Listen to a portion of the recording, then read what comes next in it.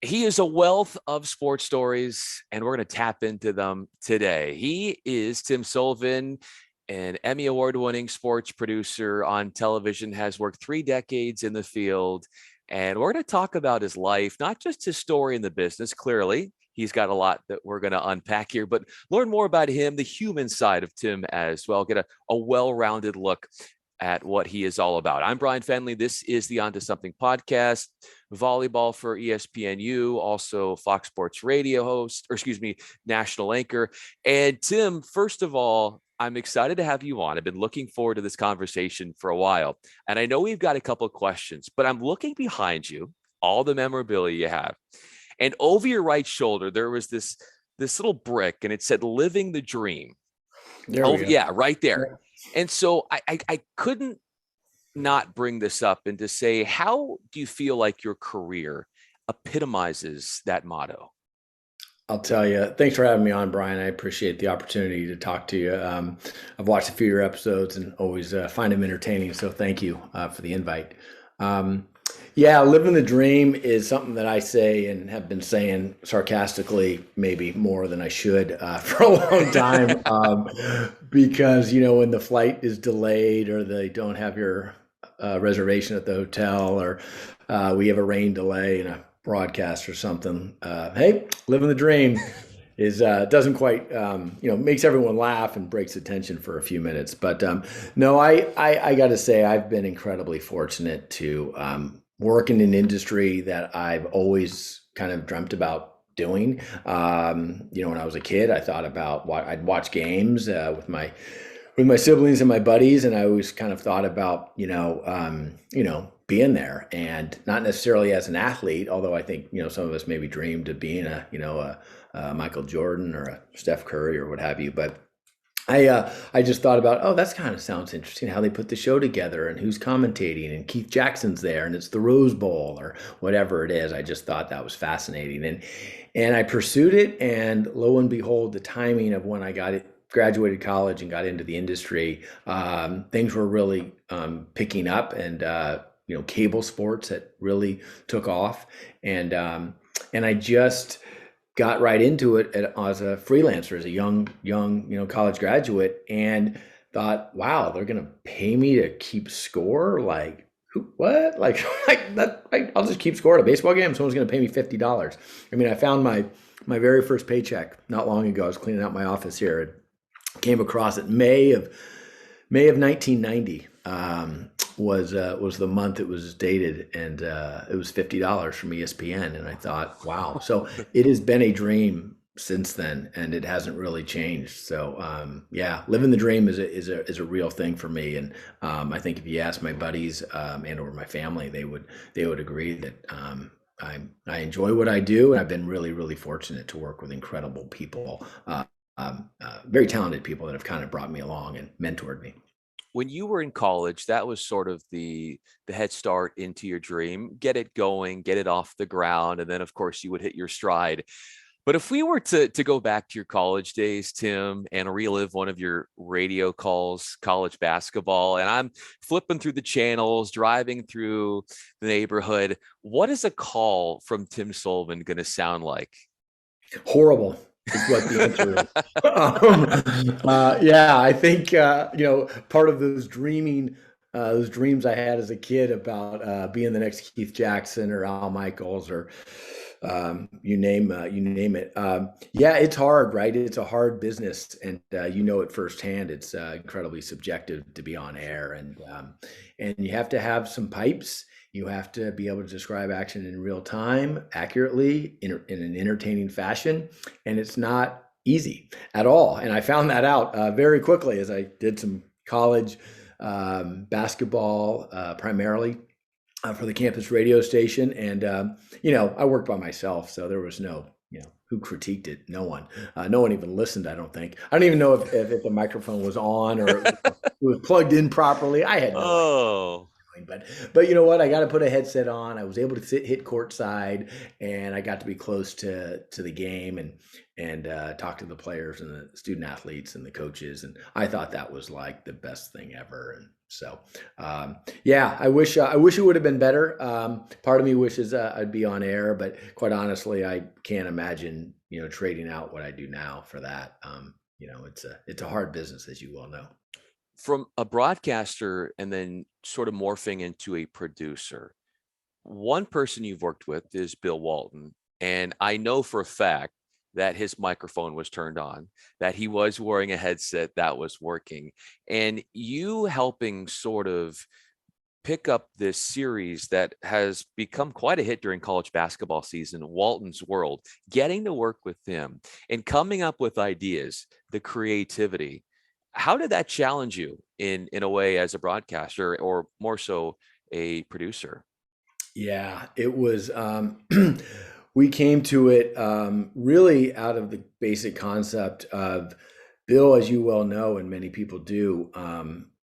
He says what he says, and he doesn't really hold back. He has very steadfast beliefs and values, and he knows what is entertaining. He knows the playing field. He knows what he can say and what he can't say. And he knows he wants to be unique, right? He's always been that way. If you study or read a book about Bill or hear him talk, he is an incredibly diverse person. He's a lifelong learner.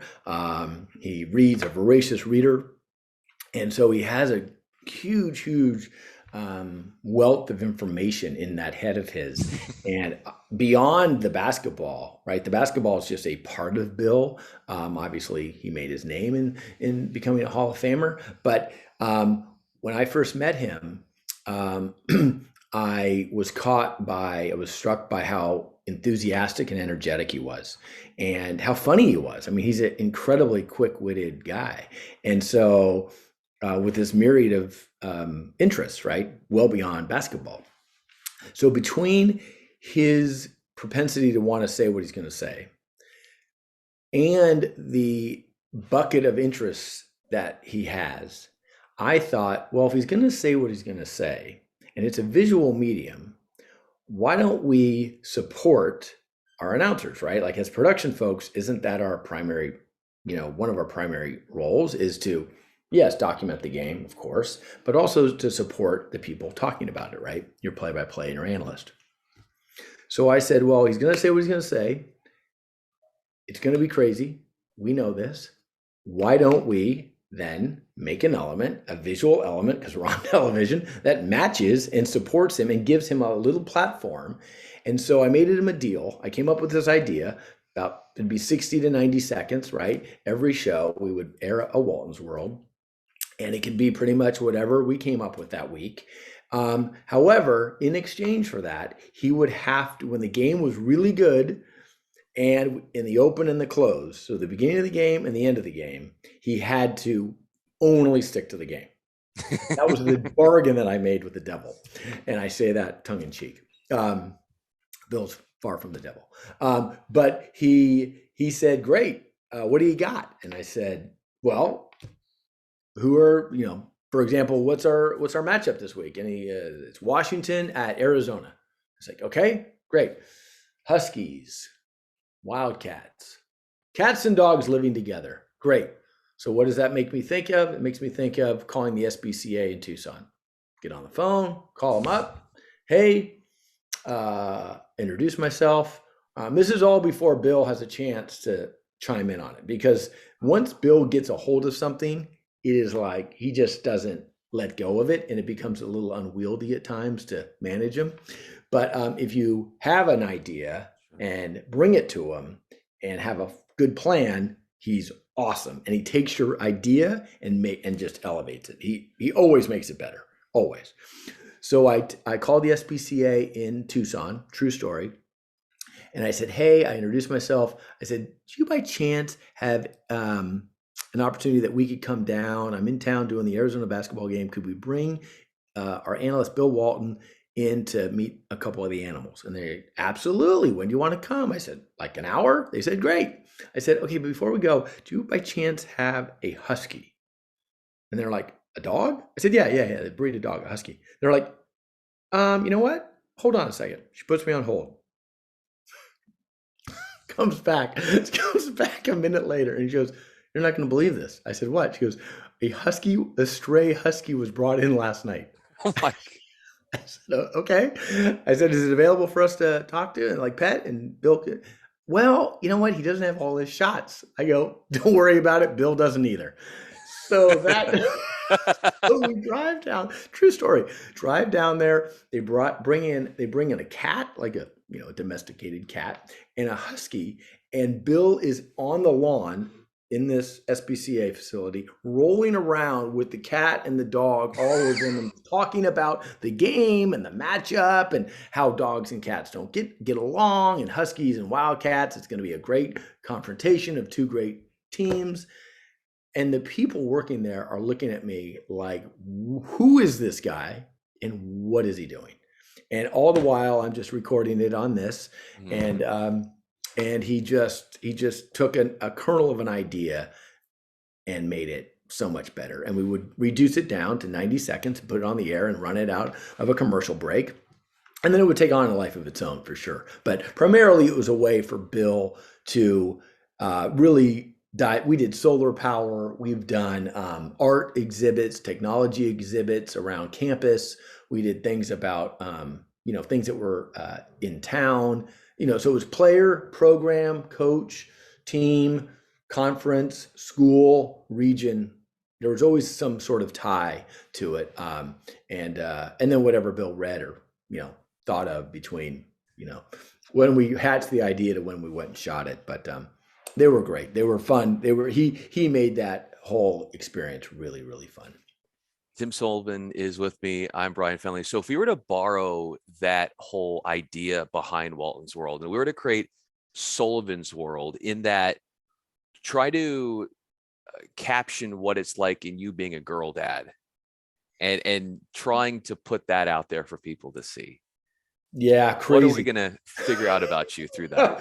Yeah, I've really, again, living the dream.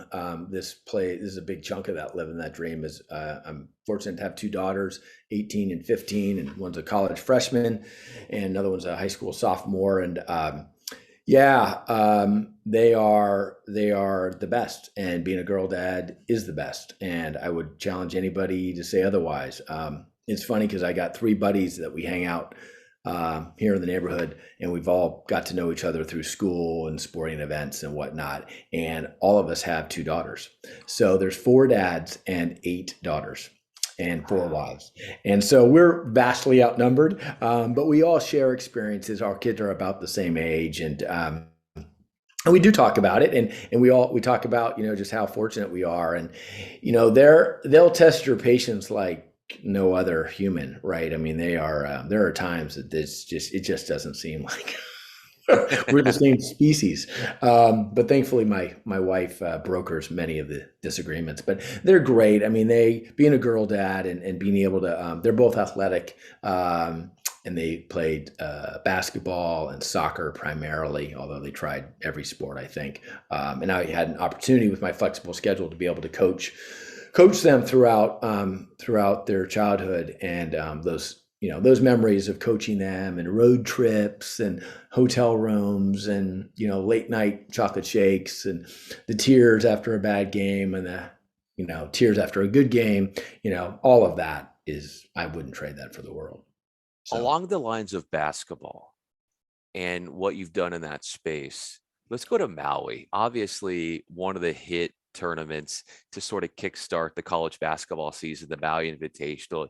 You being there, we watched the games on television, but when you were out there working those events, what did we not see about what Tim Sullivan was doing when the game itself wasn't happening? Yeah, a lot of fish tacos.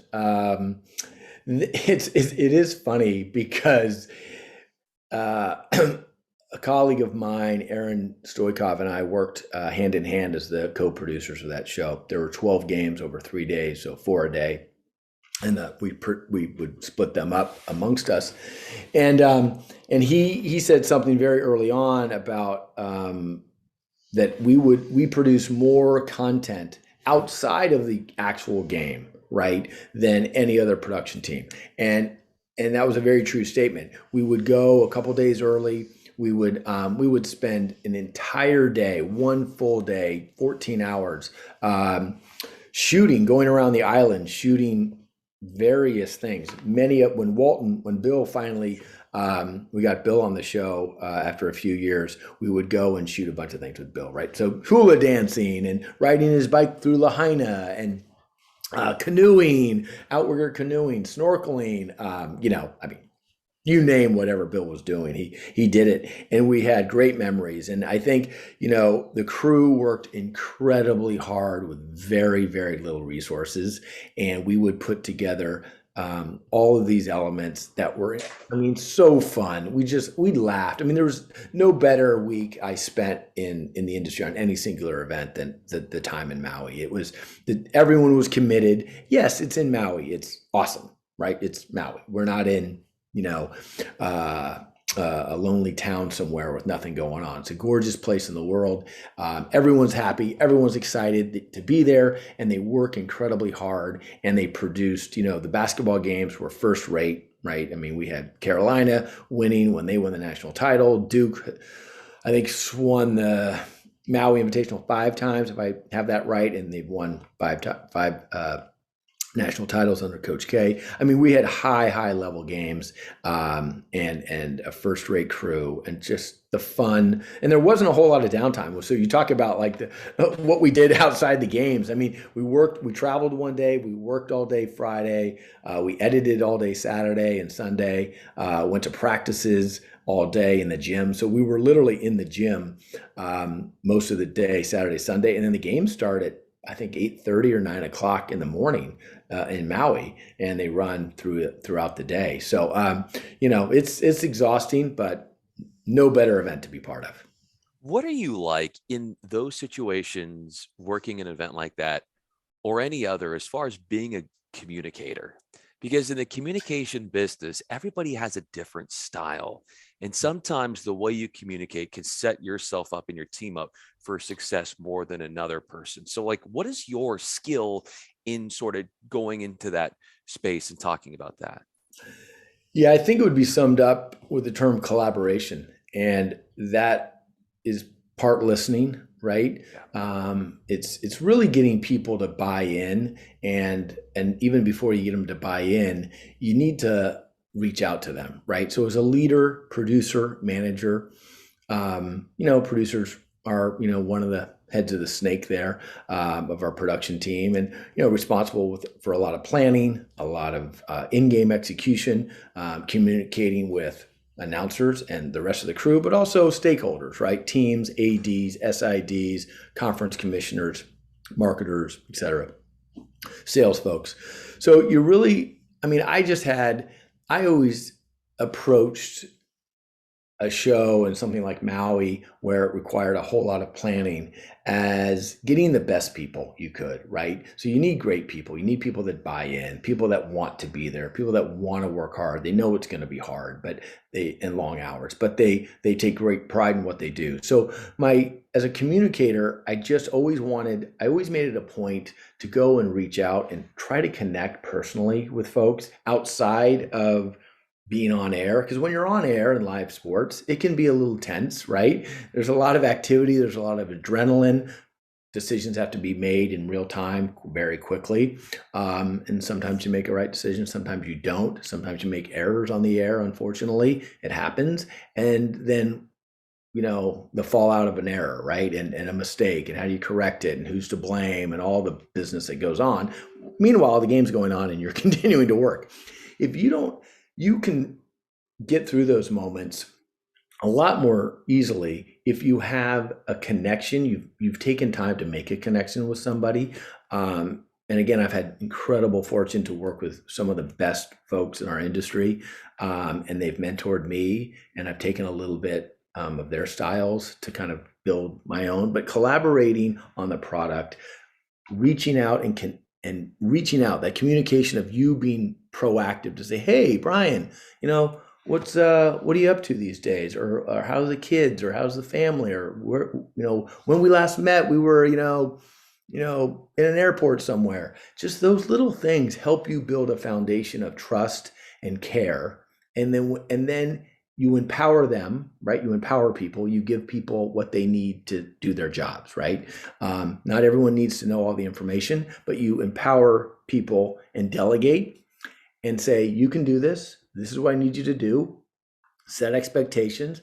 And then more often than not, people will come back and they'll not only meet those expectations, if they feel that you care about them and you care about them because you reached out and said hi to them and asked them about things outside of work, right? They often exceed your expectations. Yes. And now in a big operation like live sports where you got multiple cameras and graphics people and tape and audio and announcers and egos and right, all sorts of stuff, this big pot of goo, if you have some connective tissue, some of that, why do I care beyond just getting this on the air, people will really work for you, and all of those different pieces all are connected, and you can sit there as a producer and be calm in the fact that you've set your team up for success.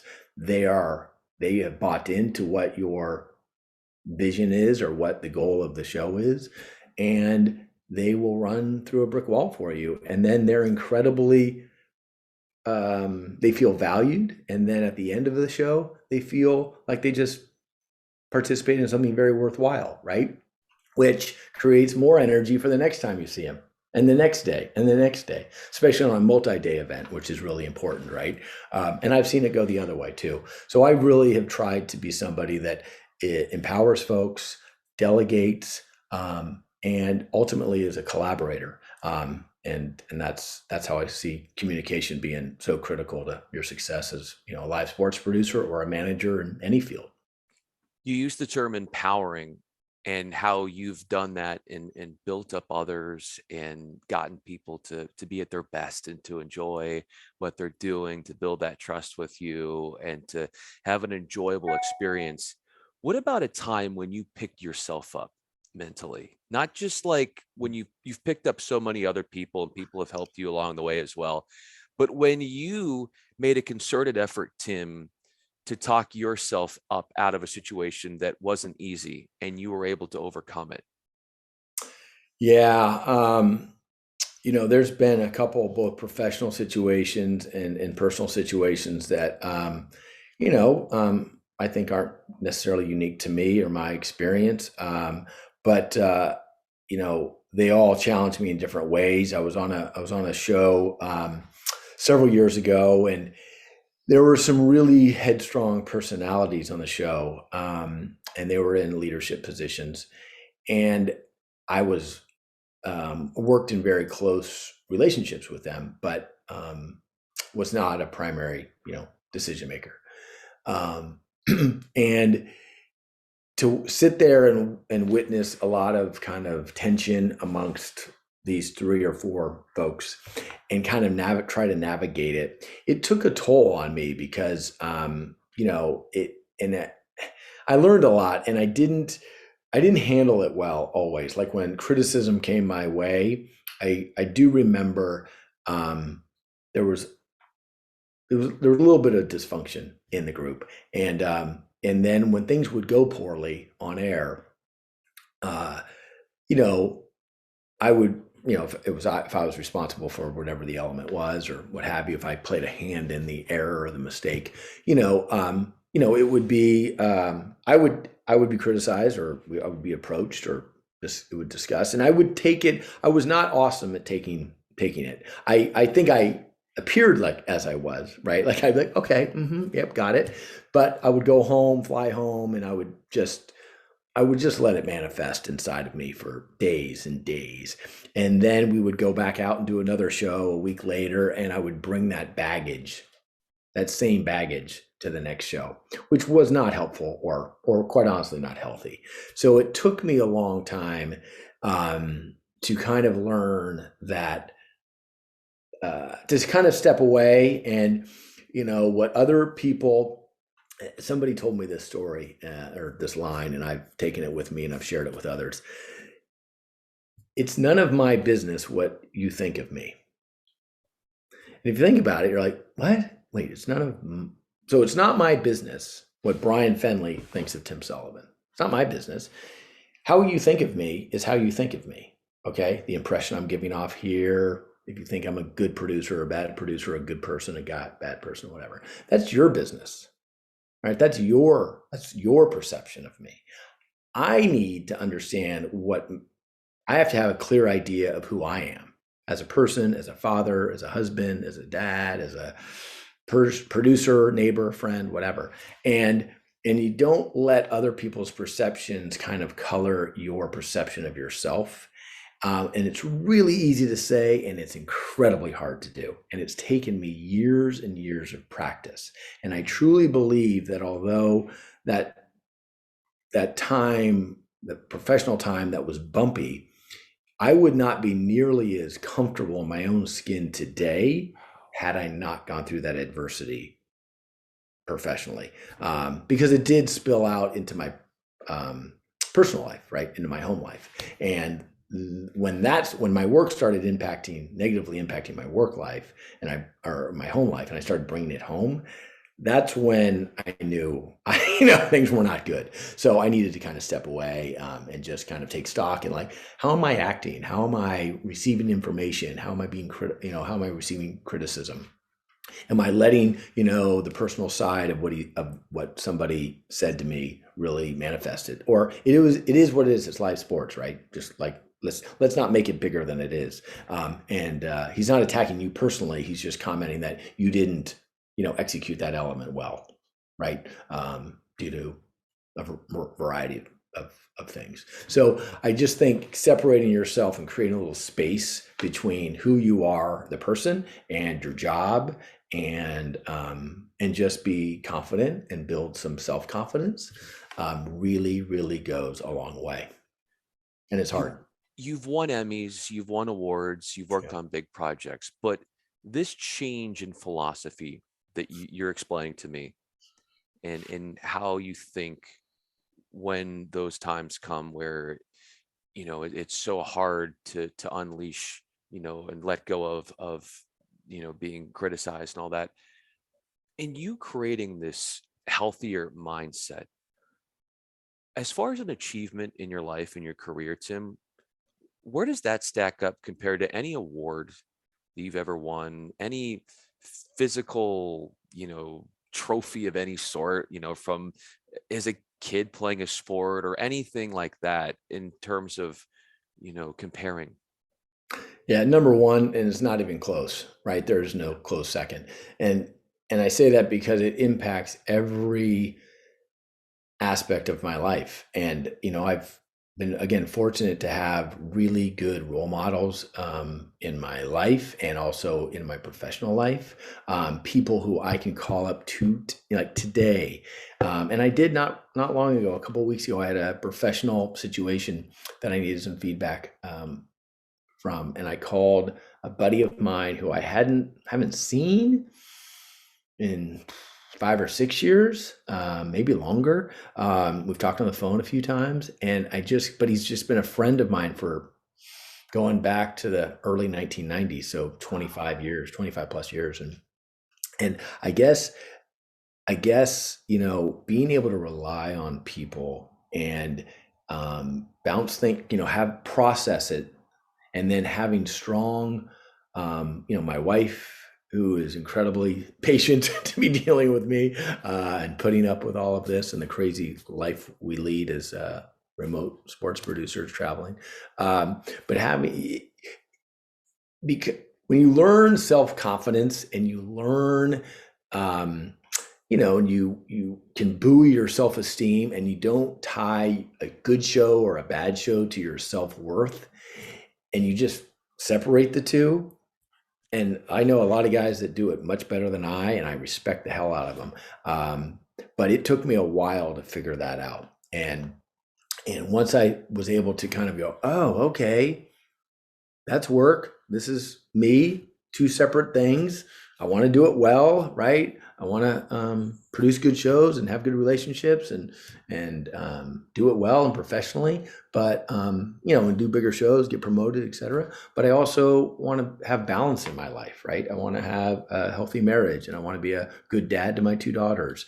And so that mindset, that switch, when I was able to separate all of this, I really started to kind of grow. And then you feel more relaxed. And when you're more relaxed, as you know, in sports or broadcasting, the more comfortable you feel in your own skin, it shows in every aspect of your life, right? It'll show up on the air, right? Your head is clearer, right? You're not, processing and having all sorts of crazy things in your head. You don't have a lot of baggage, right? You're just working free. You're playing free.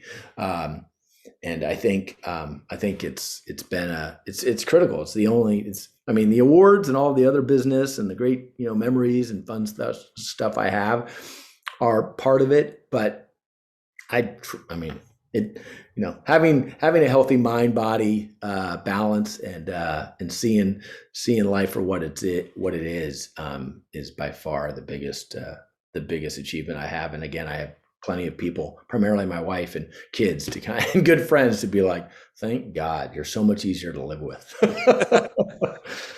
This is what I love, Tim, about this conversation platform, is that we go beyond the surface. We really get to understand what somebody is like on a deep level, and the way in which you were authentically able to reflect upon yourself and work with yourself and work on yourself and what you've learned from yourself. It's untold how many people listening this are going to take those nuggets and learn something themselves about their own lives and how to move forward. And I just cannot thank you enough for being this transparent, and that openness that you carry is going to have just an untold positive effect on others who watch this. And Tim, as we sort of wrap up this conversation, and I'd love to do another one of these with you. I could do this for forever with you. We have so many more stories that we could talk about, and in different achievements and different places you've worked. But I I'm just moved by the way in which you were able to see something in yourself change for the better, and how not only did your work life improve or your approach to it, but also your family life as well. And how through it all, though, they've always been your biggest cheerleaders. And that's why I wanted to feature you, because I knew you had a really neat story. And the way in which you told it is what made this conversation. It had nothing to do with me. It was the way in which you eloquently told your story with the transparency and the openness, made it a beautiful portrait of who you are. And Tim, I wrap up and I say, thank you so much for doing this. Really, this was so much fun. Thank you again. Thank you, Brian. I appreciate the time.